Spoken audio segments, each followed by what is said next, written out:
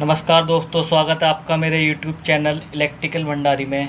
तो आज पढ़ने वाले हैं हम क्लास 8 में मैग्नेटिज्म यानी कि मैग्नेट। अब मैग्नेट होता क्या है? मैग्नेट एक ऐसा पदार्थ होता है जो जिसमें क्या होते हैं, चुंबकीय गुण, यानी कि वो अपनी तरफ लोहे को आकर्षित करने का गुण प्रदर्शित करता है। ठीक है, वो मैग्नेट कहलाता है, जो आयरन के टुकड़ों को, छोटे छोटे टुकड़ों को अपनी ओर अट्रैक्ट करता है। ठीक है। अब मैग्नेट के अंदर ये भी दो प्रकार के होते हैं, एक होता है आपका नेचुरल मैग्नेट, एक होता है आर्टिफिशियल मैग्नेट। ठीक है। अब नेचुरल मैग्नेट क्या होता है? आपका नेचुरल मैग्नेट होता है, ये आपको प्रकृति में प्राप्त होता है। ठीक है, यानी कि प्रकृति में प्राप्त होता है। एक टाइप का ये पत्थर लोडस्टोन होता है, जिसे जो कि लोहे के छोटे छोटे टुकड़ों को अपनी तरफ आकर्षित करने का गुण रखता है।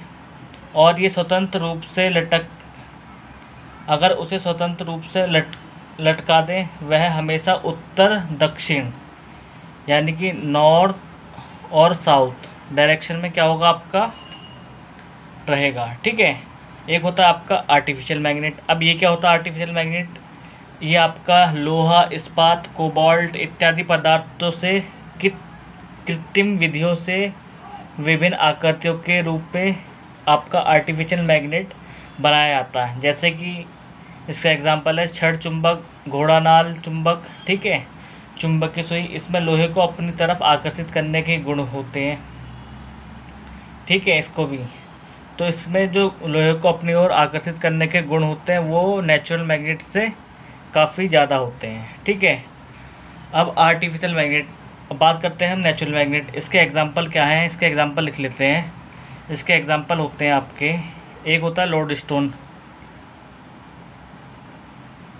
ठीक है, और दूसरा होता है आपका Fe3O4, जिसे हम कहते हैं मैग्नेटाइट। ठीक है, MEGNETIDE मैग्नेटाइट। ठीक है। अब आर्टिफिशियल मैग्नेट के अंदर भी ये दो पार्टों में डिवाइड होता है। ठीक, पहला होता है आपका परमानेंट मैग्नेट यानी कि स्थायी।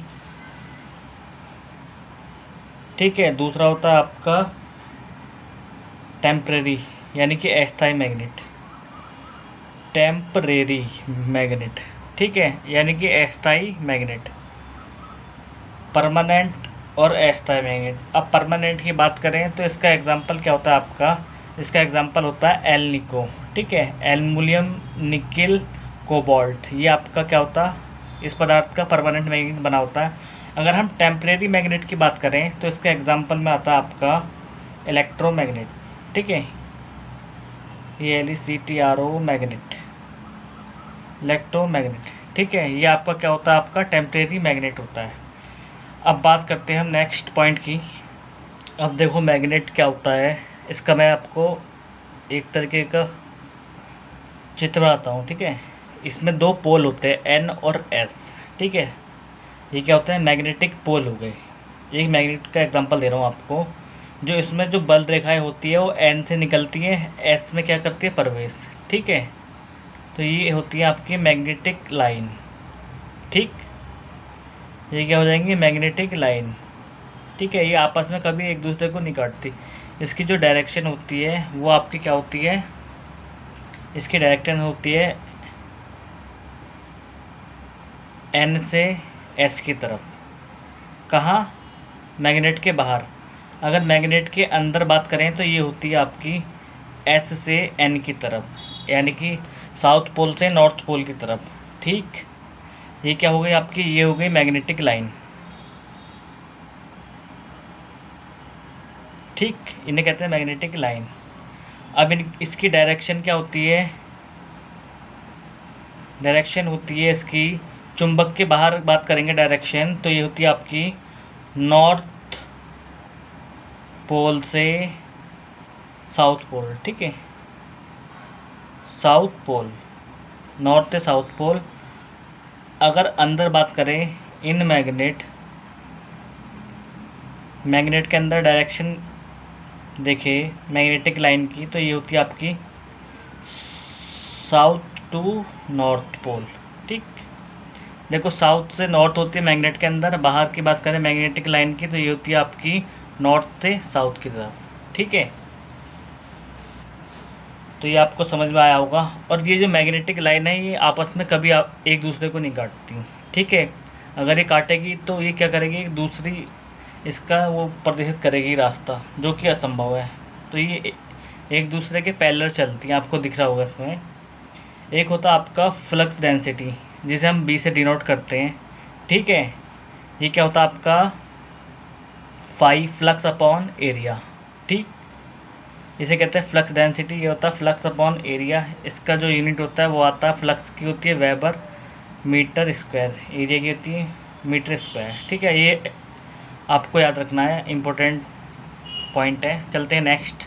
अब चलते हैं हम आपका चुंबक के गुण पे, ठीक है। तो मैग्नेटिक के गुण क्या होते हैं, तो चुंबक के गुण, ठीक है। पहला गुण होता है ये लोहे को अपनी ओर क्या करता है, आकर्षित करता है, ठीक है। आप लिख सकते हैं, नोट बना सकते हैं अपने, आप लिख सकते हैं कि लोहे को ये अपनी ओर क्या करता है, आकर्षित करने का गुण रखता है।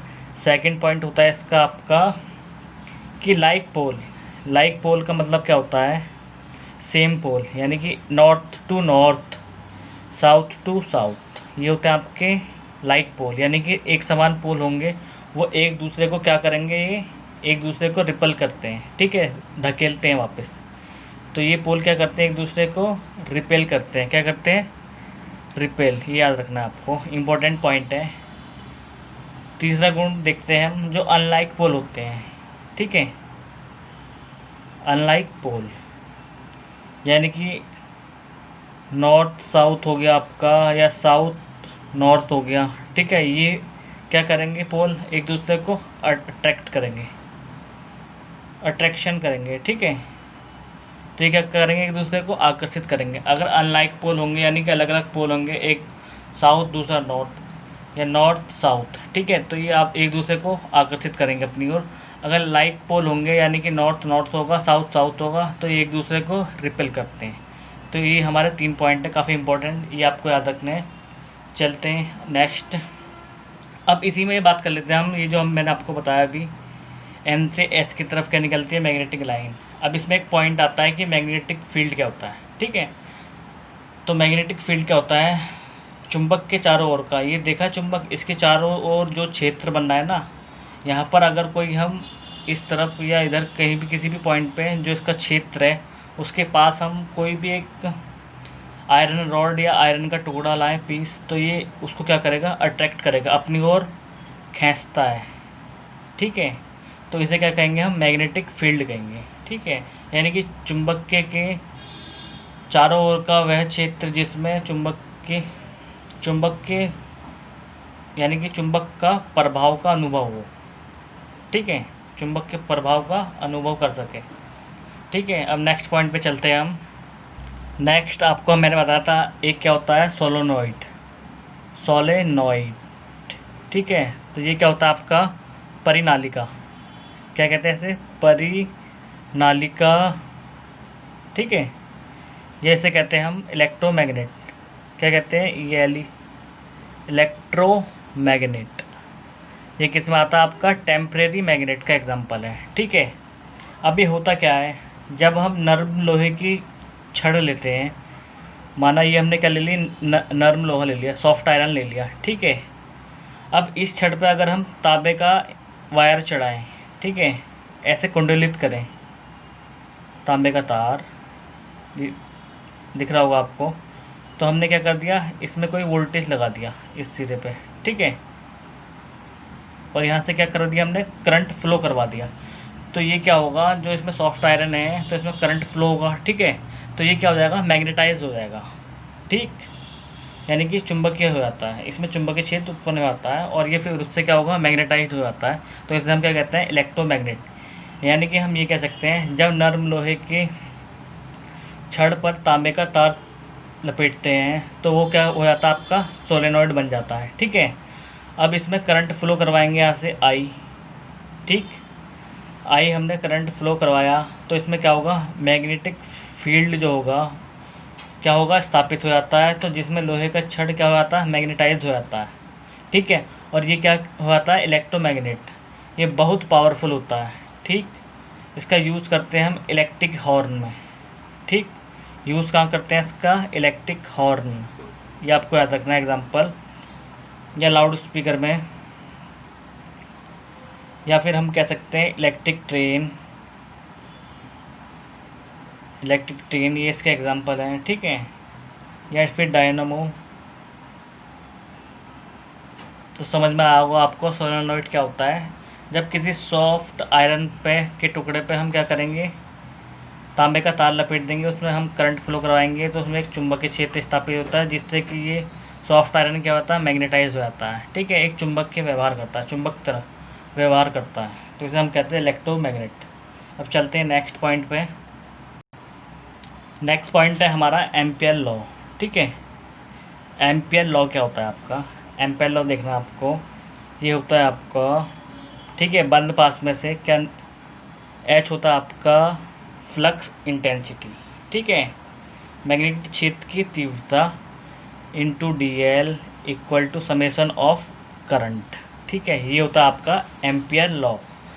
जब इसे सॉल्व करेंगे तो ये क्या आ जाएगा, डी एल एन इंटू आई, इसे खोलेंगे तो यह हो जाएगा आपका एन इंटू आई, यानी कि एच इक्वल टू क्या हो जाएगा आपका एन आई अपॉन एल, ठीक है, जिसका आपका यूनिट हो जाएगा एम्पियर, ठीक है।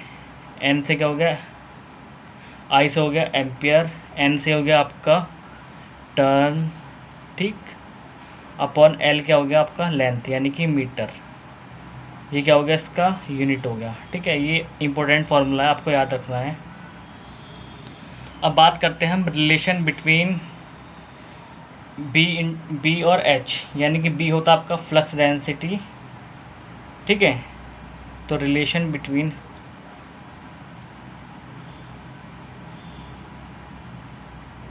बी एंड एच होता है आपका इंटेंसिटी, बी होता है आपका फ्लक्स डेंसिटी, इनमें आपका रिलेशन बताना है, यानी कि संबंध क्या होता है।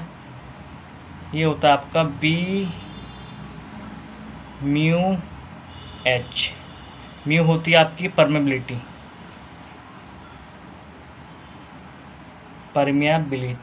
ठीक है। ये आपकी किस पे डिपेंड करती है, मटेरियल पे, ठीक है।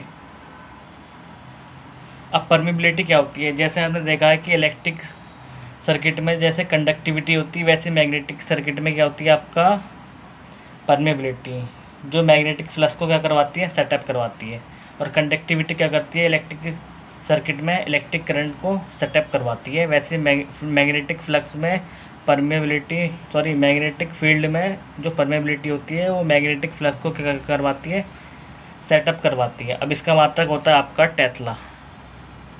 टेस्ला, ये आपको याद रखना है, ठीक है। अब बात कर लेते हैं हम परमेबिलिटी क्या होता है, म्यू क्या होता है आपका, म्यू आर रिलेटिव परमिटेबिलिटी और म्यू नॉट, ठीक है। ये हो गया आपकी एयर में। अब जो ये होती है एयर में होता है, जो इसका मान होता है आपका 4 पाई 10 की पावर -7, और इसका मात्रक होता है हेनरी पर मीटर, ठीक है। अब बात करते हैं हम इसकी आपकी म्यू आर की, ये होती है आपकी रिलेटिव परमेबिलिटी, इसका मान होता है एयर में 1, ये आपको याद रखना है, इसकी कोई वो नहीं होती यूनिट, ठीक है। अब चलते हैं नेक्स्ट पॉइंट पे हम। अब बात करते हैं हम, एक रूल होता है आपका क्रू स्क्रू रूल, ठीक है, CREW, क्रू स्क्रू रूल। अब ये क्या होता है, इसमें क्या होते हैं, दो सिंबल होते हैं, एक क्रॉस होता है आपका, एक डॉट होता है, ठीक है। क्रॉस क्या रिप्रेजेंट करता है कि किसी कंडक्टर में या किसी भी कंडक्टर पे मान लेंगे जो करंट की पोलैरिटी है, अगर उस पर क्रॉस बनाया है तो इसका मतलब होता है ये क्लॉकवाइज चल रहा है करंट, क्लॉकवाइज, यानी कि इसकी पोलैरिटी क्या है, क्लॉकवाइज, ठीक है। अगर कहीं क्रॉस बना हुआ है तो इसकी पोलैरिटी ले लेंगे हम क्रॉस बाय, यानी कि जो करंट जा रहा है आपका वो इनसाइड कंडक्टर के अंदर जा रहा है, ठीक है।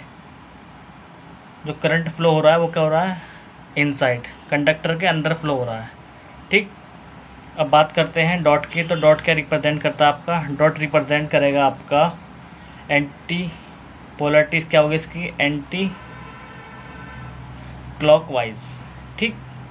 अब ये कौन सी पोलैरिटी रिप्रेजेंट करेगा आपकी एंटी क्लॉकवाइज, इसका मतलब क्या होगा, डॉट का मतलब होगा कि कंडक्टर में जो करंट होगा आपका वो कहाँ जाएगा, वो आउटसाइड, SID, वो बाहर की तरफ आएगा। ठीक है, यानी कि ये कोई कंडक्टर है, ठीक है, ये मान लिया। अगर यहाँ पर क्रॉस बना है इस तरफ, इस पॉइंट पे, तो इसका मतलब क्या होगा, करंट इसके अंदर को जा रहा है। ठीक है, अगर डॉट बना हुआ है, यहाँ पे देख रहा होगा एक बिंदु डॉट बना है इस कंडक्टर में, तो करंट है, इसका मतलब बाहर आ रहा है। ठीक है, आउटसाइड। तो ये है क्रू रूल, काफ़ी इंपॉर्टेंट है, याद रखना आपको। चलते हैं नेक्स्ट पॉइंट पे। नेक्स्ट पॉइंट है आपका फ्लेमिंग राइट हैंड रूल। ठीक है, काफ़ी इंपॉर्टेंट है, जो फ्लेमिंग द्वारा दिया गया है, फ्लेमिंग राइट हैंड रूल। ठीक है,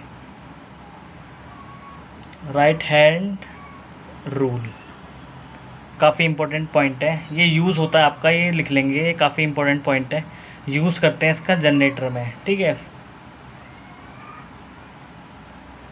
फ्रेमिंग जो राइट हैंड रूल है वो आपका जनरेटर में यूज़ होता है। इसमें क्या होता है, आपका जो राइट हैंड होता है, देखिए ये है आपका राइट हैंड। अगर ये तीनों जो अंगुलियां हैं वो परस्पर लंबवत हो इस तरीके से, तो ये वाला जो अंगूठा होगा ये किसकी डायरेक्शन, ये फोर्स या मोशन की डायरेक्शन को प्रदर्शित करेगा। और ये वाली अंगुली आपका ये मैग्नेटिक फील्ड को, और ये आपका इंड्यूस्ड EMF को। ये होता है आपका ये होता है आपका फ्लेमिंग राइट हैंड रूल। ठीक है, ये है राइट हैंड, ये हो गया आपका थंब। ये किसकी डायरेक्शन, ये आपस में क्या है, 90 डिग्री के एंगल पे है। ठीक है, तीनों आपस में, ये इससे 90 है, ये इससे 90 है। तो थंब क्या प्रेजेंट करेगा, राइट हैंड का थंब, ये आपका फोर्स या मोशन। ठीक है, ये फोर्स या मोशन को रिप्रेजेंट करेगा। और ये वाली अंगुली उसके पास वाली अंगूठे के जो पास वाली अंगुली होती है वो रिप्रेजेंट करेगी आपका मैग्नेटिक फील्ड। ठीक, और जो उसके पास वाली अंगुली होगी वो प्रदर्शित करेगी आपका EMF। ठीक है, वो क्या प्रदर्शित करेगी, इंड्यूस्ड EMF। तो ये आपका क्या होता है, फ्लेमिंग राइट हैंड रूल।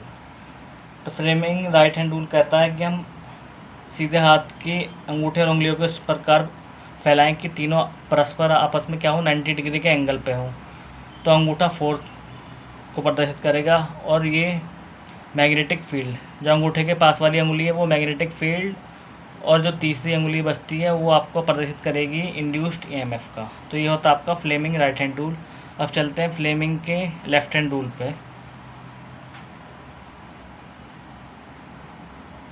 अब फ्लेमिंग का लेफ्ट हैंड रूल क्या कहता है, अगर लेफ्ट हाथ की उंगलियों को हम परस्पर इस प्रकार फैलाएं कि तीनों आपस में क्या हो, लंबवत हो, तो जो आपका ये होता है ना, थंब होता है, ये फिर से मोशन या फोर्स को रिप्रेजेंट करता है। ठीक है, और ये जो उसके पास वाली अंगुली है ये आपका क्या प्रदर्शित करेगी, ये आपका करती है मैग्नेटिक फील्ड को। ठीक है, मैग्नेटिक फील्ड की डायरेक्शन। और जो तीसरी अंगुली है उसके पास वाली वो रिप्रेजेंट करती है यानी कि करंट फ्लो हो रहने की डायरेक्शन। ठीक, ये होता है आपका फ्लेमिंग लेफ्ट हैंड रूल।